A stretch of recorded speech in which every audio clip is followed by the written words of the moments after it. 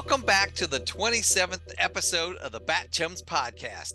I'm Drew Leiter, and joining me tonight is my co-host, the man, the myth, the new legend, Mike Gordon. Howdy, my royal subjects.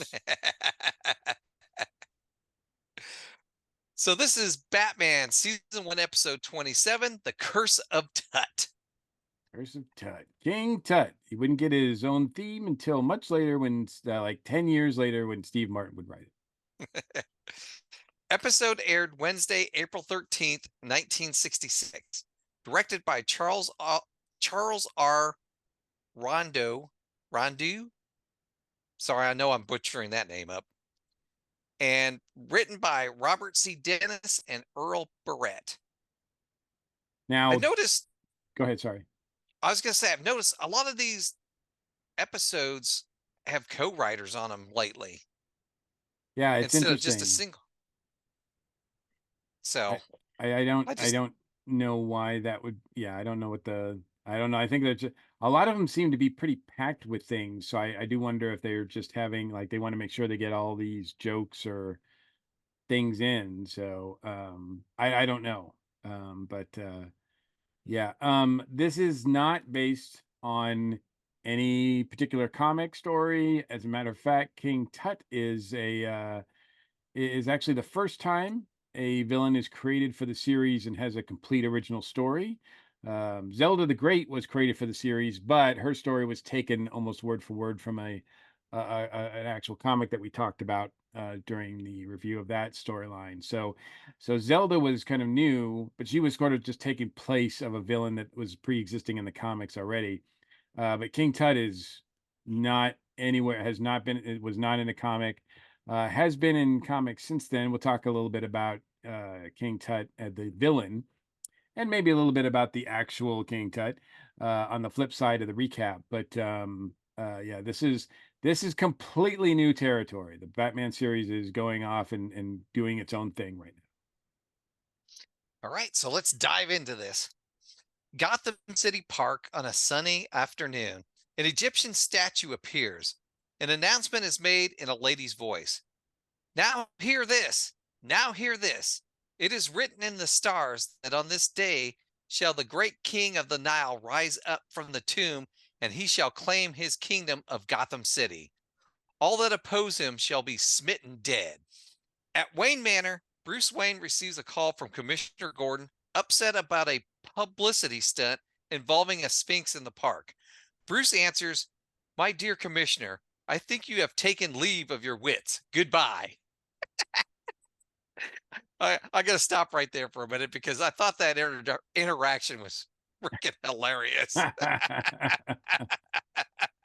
Because he just tells the commissioner, I think you've taken leave of your wits. Goodbye, and just hangs up on him without any sort of explanation. Well, we didn't even mention that when in the last episode at the end, when the case is over with and the commissioner calls up Batman, they rush to the study to find out what's going on. And but even before they do that, Alfred's like, "Why are you calling? Didn't we just finish with you?" didn't like sometimes Alfred can cop a little bit of an attitude with the commissioner.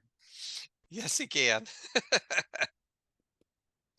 Aunt Harriet is impatient to leave for the museum. She is excited to see the Egyptian antiquities exhibit. Alfred interrupts with a red book on a platter. Great heavens! Bruce totally forgot he was supposed to review a new volume of Professor Red on ancient Egyptian cat worship cults. He promised the museum committee he would look through it. Bruce and Dick race to the study. And Aunt Harriet is quite annoyed. Very annoyed. Holy Hyro. Oh, go ahead. No, I was just about to say, I don't know why she just can't go to the museum by herself, but that's okay. I don't know. Holy hieroglyphics. Commissioner Gordon informs Batman there is a strange and terrible threat to Gotham City. To the bat poles. At police headquarters, Commissioner Gordon tells Batman the police have cordoned off the park.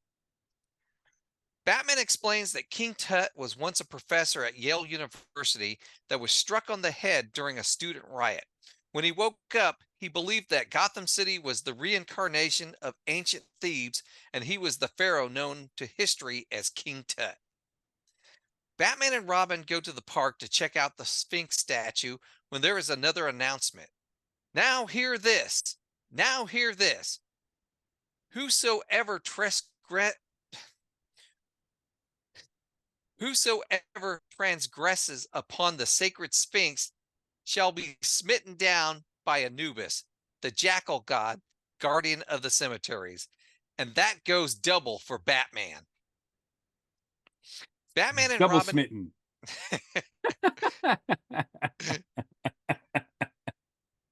Batman and Robin examine the statue, finding a handle. Using the bat rope, Batman pulls the handle off at a safe distance. A dagger shoots out from behind the handle. Holy masquerade! Batman stops Nefertiti, hurrying through the park. Batman and Robin intercept her.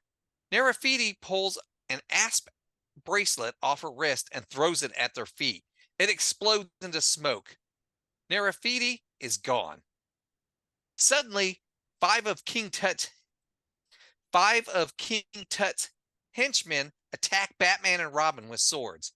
Batman and Robin are able to wrestle some swords free, and a sword fight ensues. The Wait, hench I think you missed an exclamation there. Doesn't at one point during all of that, doesn't Robin say holy ash? Asp, I'm sorry, doesn't he say holy asp? Probably. I probably missed Holy that one. asp! And I was like, what? Holy asp!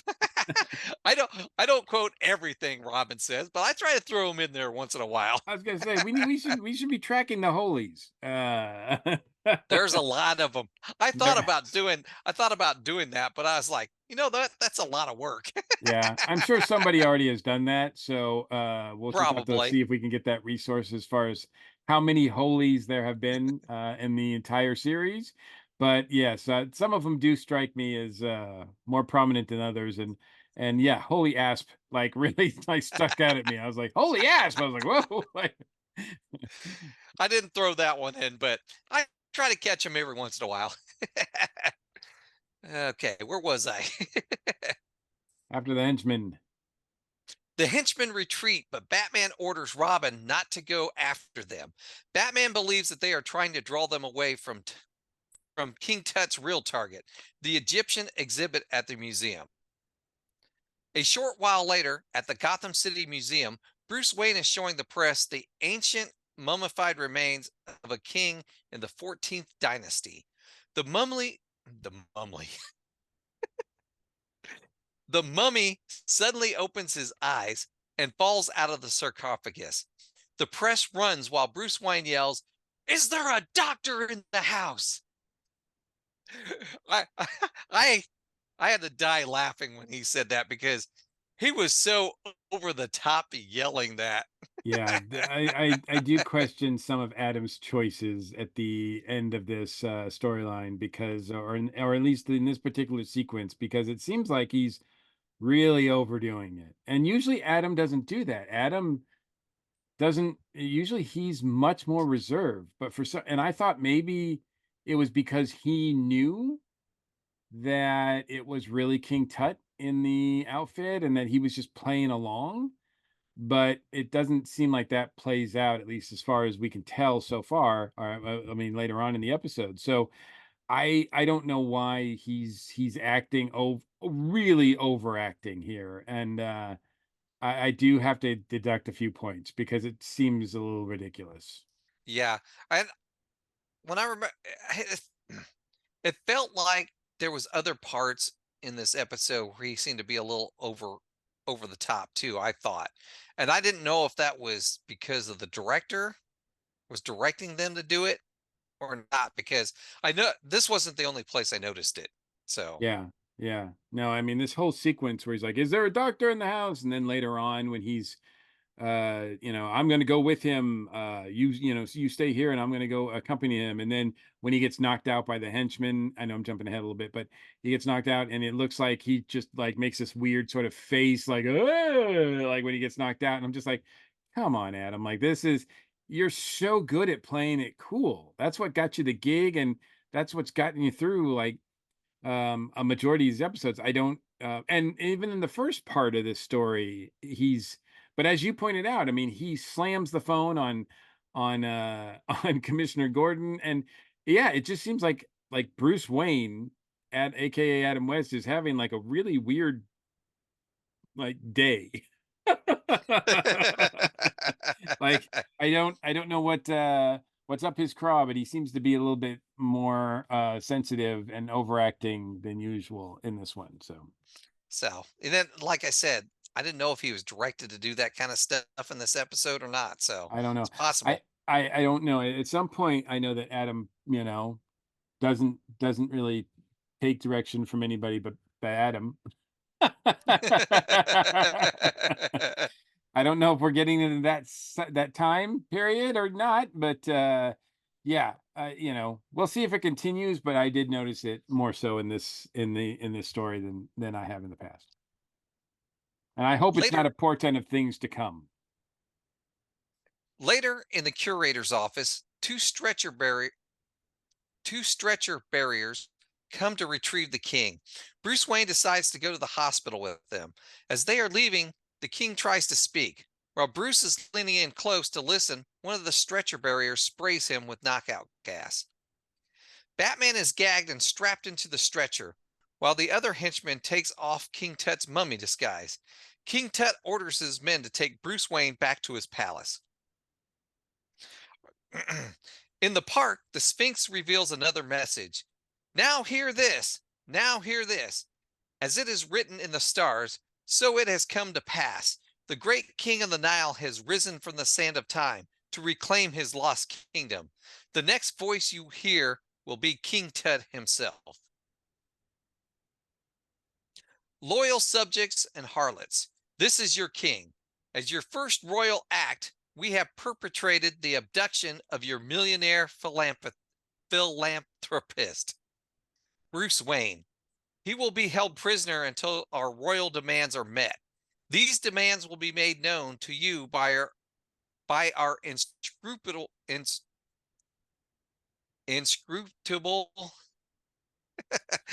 can't even pronounce the word. Our inscrutable Sphinx at a later date. In the meantime, the police are warned not to interfere, and this includes the dynamic duo. Pass my words on, or pass my words on all of ye in my reach. Remember, Batman, Bruce late.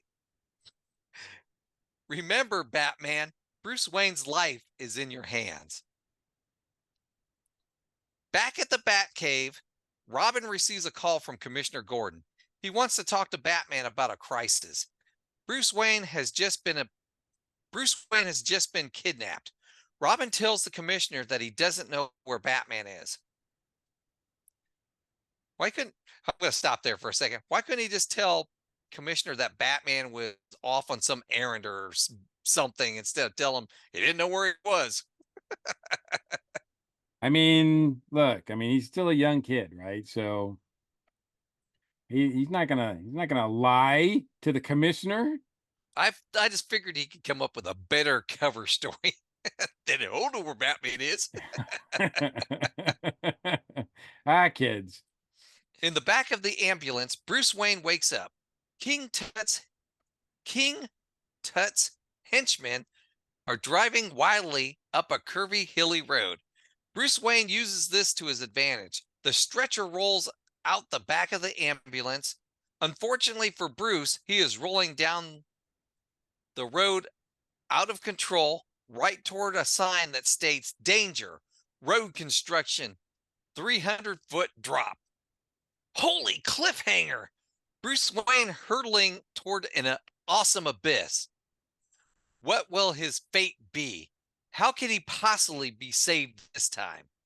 Be in front of your bat sets tomorrow night. Same time, same channel. One hint, the most horrendous is yet to come. Oh, So man. this is a big deal because of a few things, but they're using a new villain. a brand new villain. They're making one up just for the show. For whatever reason, they decide to use an actual historical pharaoh, King Tut, Tutankhamun, as his long name is, instead of coming up with something, similar or something fake, something they can something they can trademark. They decide not to do that. Um, so you've got King Tut. They get the esteemed Victor Buono to play him, which is the probably smartest thing they've ever done. Victor Buono is amazing. He is on the par with a lot of the great actors that we've seen playing bad guys on this show, so he fits right in. In fact, I mean, we'll have to see as we go forward, but it is said that he is the most recurring villain on the series than any of the others. So we'll see if that's true, but he does show up a lot more after this because he was very, very popular. And part of that popularity could be the whole popularity and mysticism and intrigue behind King Tut himself. Of course, the King Tut was one of the biggest finds of Egypt in terms of having a um, uh, crypt that contained so many artifacts, including a famous. If you think of King Tut, you obviously think of the funeral mask, which is one of the most gorgeous pieces of things ever seen. So he's got that going for him, and even though I think it was discovered, the tomb was discovered in the 20s, in the 1920s by Howard Carter, it didn't really start touring around the world until the 60s. So I think at this point, we're in 1966 is when this series is airing. So I think a lot of people would be learning about the tour that is hitting various other places. It doesn't actually come to the States until the 70s. 76, I think, is when it first comes. And I don't know if you are familiar with this, Drew, or have any sort of recollections of this or whatever. But I can remember it being a huge deal when Tut's sort of mask and tomb items were touring the states and going to various places and cities, and it was like a big trendy thing. Like I mentioned, Steve Martin did a song called King Tut that was a very popular. I mean, there were lots of TV movie coverage and all that kind of stuff. I mean, and it was a huge, huge deal. I remember I think I remember getting articles in my weekly reader in school with Sure. King Tut stuff in it and stuff like that. I do remember some King Tut stuff when I was younger. So even though his reign was, I don't know. I don't know much about. I'm not going to pretend that I'm an Egyptologist by any means or anything. So I do know that he and Nefertiti did share a timeline, but exactly how much they interacted and all of that, what their relationship was, I must admit I do not know that. So I can't speak to the authenticity of how it's depicted here. But my guess is that it's not depicted very authentically at all. In fact, that the item that is in the park that shows up that they refer to as a sphinx is not actually a sphinx. I didn't think so.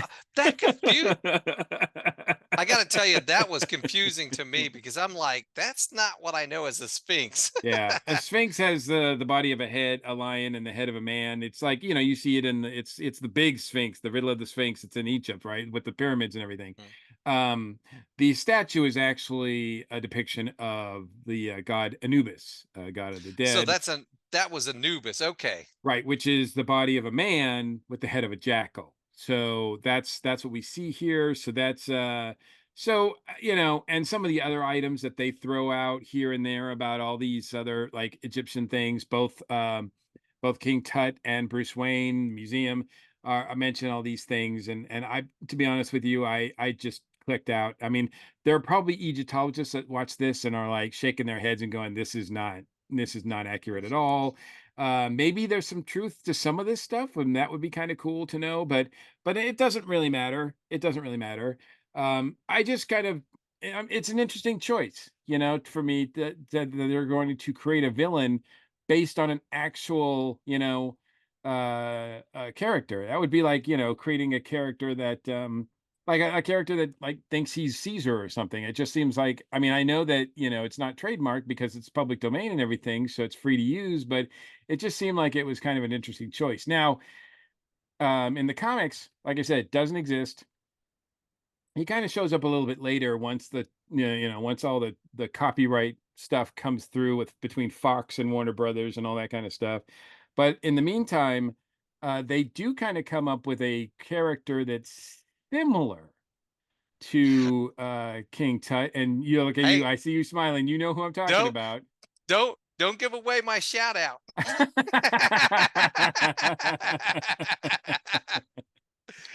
All right, all right. Well, but he would not hit the comics. This character that may or may not be in Drew's shout out does not hit until the 79. I think Denny O'Neil actually incorporates him. And I have to think, I don't know the history. I'd have to look it up, but I don't know the exact history, but I'd have to think that this character is very much inspired by King Tut because the origin of his like his criminal origin is almost identical to that of King Tut's, right? Yes, you'll get this information in my shout out. All right. because So because when I watched this episode, I immediately thought of that character in the comics. So yeah, yeah. And that character shows up in also Batman the Animated Series and all of that too. So I will not spoil the surprise, although I'm sure many Bat fans out there, Bat chums, fellow Bat chums, I guess we can call you guys, right? It's been 20 some episodes. We are all chums here, right? Like um but yeah, you probably already know who we're talking about. But yeah, I will save that for your shout out. But in the meantime, um and also that character in the comics that we're talking about definitely looks like Victor Buono. so so there's a lot of similarities there. But Victor Buono, for those people who don't know, is an amazing actor, shows up in a lot of things. I think a lot of people probably remember him from Whatever Happened to Baby Jane. He's really amazing in that.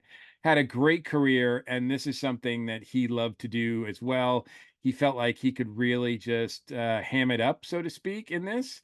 And maybe that Victor Bono's presence, maybe that kind of was an influence to how Adam did his performances in this as well, because Adam starts really hamming it up a lot more than usual, and maybe he's just sort of having sort of a ham off, if you will, against Victor, because Victor's so smooth. I mean, he's just the just watching him is fascinating. The way he just sort of like strokes his little goatee, or or criticizes or looks in disgust at Nefertiti who's eating a hot dog.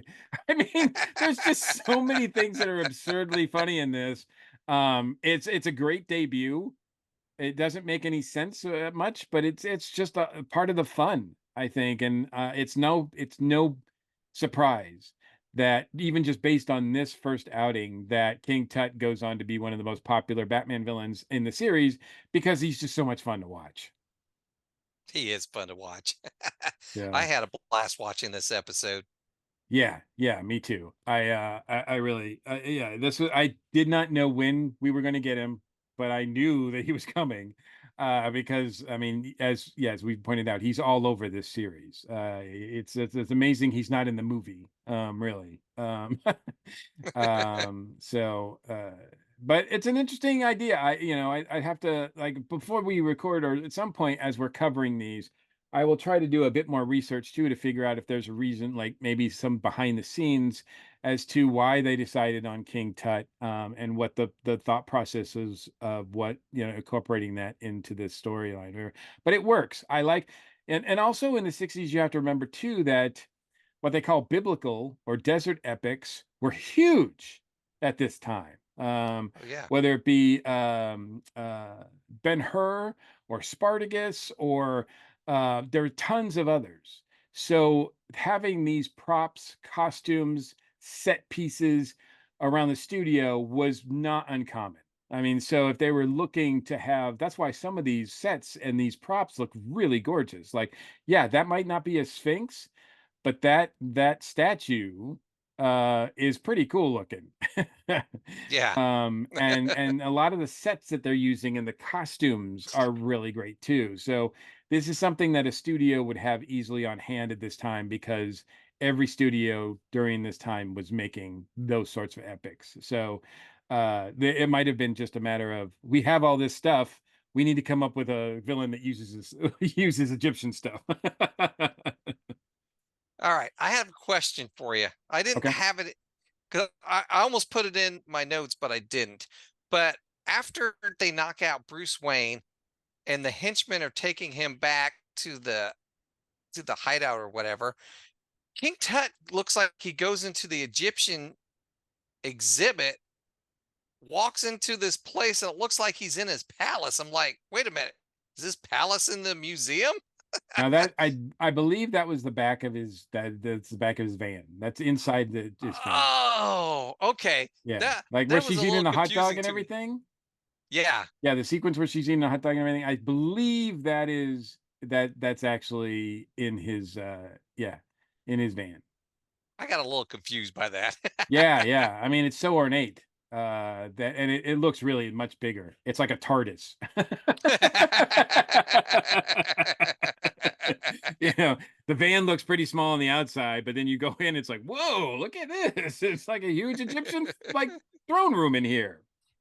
I love the back and forth between his stooges as well. They're kind of like, we don't really, I love the fact that also you get that a lot in these episodes where the stooges, the henchmen, if you will, they're not really buying into what the main villains are selling. They're just there for the payday and they kind of hope it pans out, but they're not like, they're kind of like, yeah, why, they forget to address them in the proper way.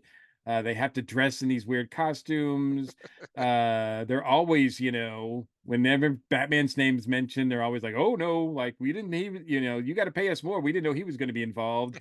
And they find really good character actors to play these guys too, because they just really seem like they're just grounded, uh, streetwise guys that are just like, what are we doing here? Like, we just gotta get paid, you got to put up with this nonsense if you want to get paid. That's what we do. We just put up with this because we don't want a real job. All right. Well, that wraps up another episode. Do you have a shout out, Mike?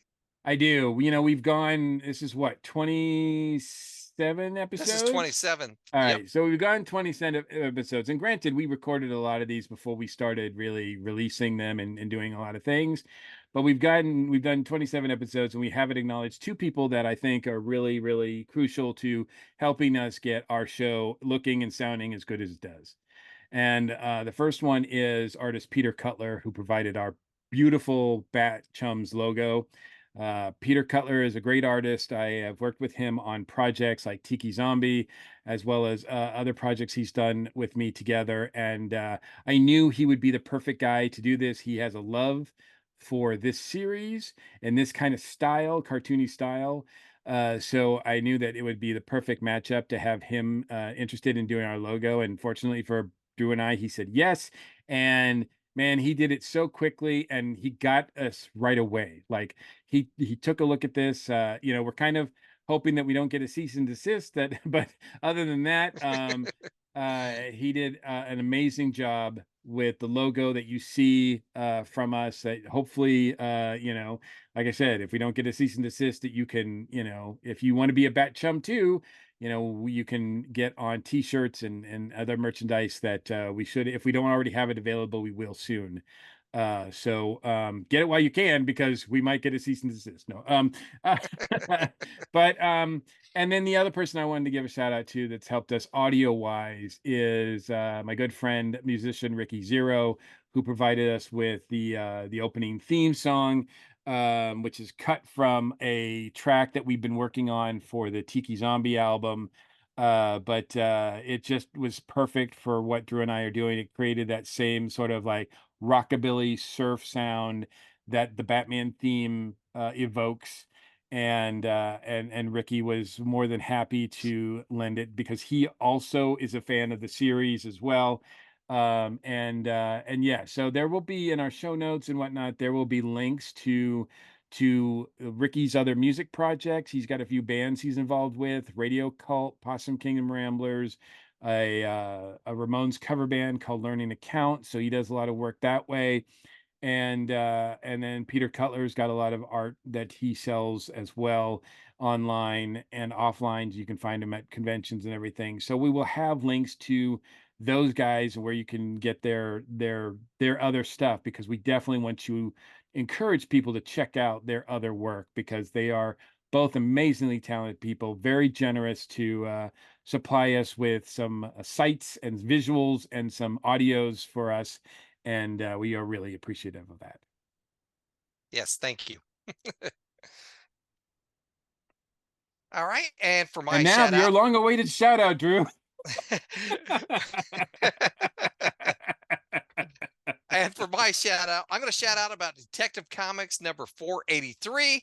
Batman Maxie family. Maxie Zeus first appeared in Detective Comics. I'm going to say it again. Detective Comics number 483, which came out May 1979 and was created by Denny O'Neil and Don Newton. He is depicted as a mentally ill former history professor who is obsessed with Greek mythology and believes himself to be the god Zeus, becoming a crime lord in Gotham City. So yes, that's when I watched this episode, that's who it made me think of, was Maxie Zeus. Right. So I was wondering if that's what inspired them to create this character. Now, I've never read this issue of his first appearance, but I did read some issues of Maxie Zeus in the late 80s or early 90s when I was collecting Batman. And I do remember he was in Nightfall because he was one of the He was villains in that Nightfall. escaped. Yep. Yes. Yeah. Well, they all escape. Yeah. But yeah, he does have a few moments there too. Yes. And yeah, he pops up here and there as well. And yeah, it's very I was familiar with King Tut before Maxie Zeus, because I was watching the series before I had read him in the comics. And for, to be honest with you, I think I got him confused really easily. I didn't it didn't dawn on me that they were different characters until I really thought about it, and I was like, oh wait, one is going after the Greek. He thinks he's a Greek god, and the other thinks he's a Egyptian pharaoh. So it's the only difference. um, but uh, but I don't know if, and that's the other thing I'd like to look up, because I don't know if Denny thought to himself, I'd like to use King Tut, but we can't for XYZ reasons. So let's come up with something similar, because he was so popular. He was so popular in the TV series. People are wondering, maybe they got questions all the time, like, when is he going to be in the comics? When is he going to be in the comics? When is he going to be in the comics? So maybe he's like, all right, well, so we'll create something similar. I don't know. So I'd be interested to research that too. But yeah, it's funny that we were on the same page. Well, not really, because it's so obvious, really, when you think about Hmm. it. Yep. Now, you were familiar with Maxie Zeus before King Tut? Not necessarily, because I was watching the Batman show when I was really young, like around 5 years old. So Do you remember I got, specific King Tut, either I storylines or scenes or anything about him in the series? not specifically. I'm sure I remember seeing him. I mean, when I watched this episode, I was like, "Oh yeah, I think I remember this King Tut character," and I'm pretty sure I'd seen this before because I remember the cliffhanger. Uh, Bruce coming out of the back of the ambulance. So, Right, right. so I'm pretty sure I'd seen this episode before. So I'm sure seen King, I'm sure I've seen King Tut before, but it didn't really dawn on me that Maxie Zeus is based off of him because I Mm, read Maxie Zeus years later. So, yeah, yeah. I don't think that I think that King Tut has appeared in a few of the comics, but not in a significant way that I know of. You're much more familiar with the most recent stories of Batman, and I doubt he's showed up there. But I don't. nope. He's not usually shown in a like serious way. I don't think it's a character that they've ever looked at in a serious way. I think he shows up in more cartoony adventures. Certainly, he does. Show up in an episode of Brave and the Bold. That cartoon. I'm talking about King Tut here now. But even Maxie Zeus, I think they've tried to be a little bit more serious with him. I think because I know he's shown up more in the regular titles than obviously King Tut has. But yeah, it would be interesting. I don't know if they've ever met in the comics. That would be an interesting. I would love to. DC Comics, if you're listening, I would love to write the war between between the Pharaoh and the Greek god, the king of the gods. I would love to write that war that takes place in Gotham between Maxie Zeus and King Tut. Please let me take that on. I would love to. Now I think I have a purpose, Drew. I don't think I've ever had a Batman story in me to tell, but that one I would love to tell. If you'd like to comment on anything we've talked about tonight, you can reach us at our feedback line 317-455-8411. Leave us a message, text us, or you can email us at batchumspodcast@gmail.com. Are you ready to get out of here, Batchum? Sure thing. BatChums are ready to move out. Atomic batteries to power, turbines to speed. Thanks for joining us, and we'll see you next week. Same bat time, same bat channel. Should be same Tut time, same Tut channel, right? Just Yeah, kidding. same Tut time, same Tut channel. Don't worry, the most horrendous is yet to come. It might be the ending of this episode. It might be. It might be.